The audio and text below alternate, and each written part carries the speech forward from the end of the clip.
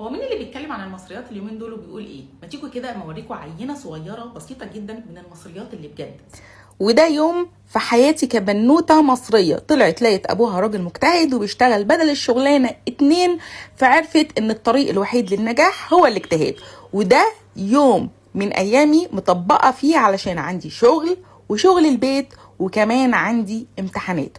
فشايفين ركزوا معايا في التواريخ والساعة. أنا كنت مصوراه علشان الذكرى، بس مش خسارة فيكو، علشان بس افوق الناس اللي بتتكلم على المصريات واعرفهم مين هم المصريات اللي بيبقوا وارثين الشهامة والجدعنة ووارثين كل حاجة حلوة من ابهاتهم.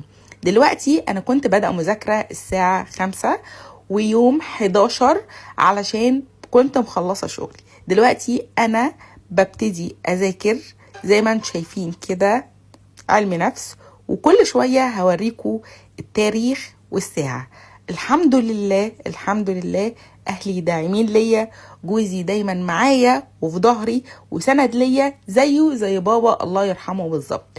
ورجالتنا لما بيساعدونا نقف على رجلينا ونتعلم أو نشتغل لهدف واحد بس، وهو إنهم بيبقوا عايزين يأمنونا علشان لا قدر الله لو هم مش موجودين لأي ظرف خارج عن إرادتنا احنا بنقدر نتصرف ونقدر نشتغل، ولا بنمشي في طريق مش ولا بد، ولا بنخلي حد يستغلنا.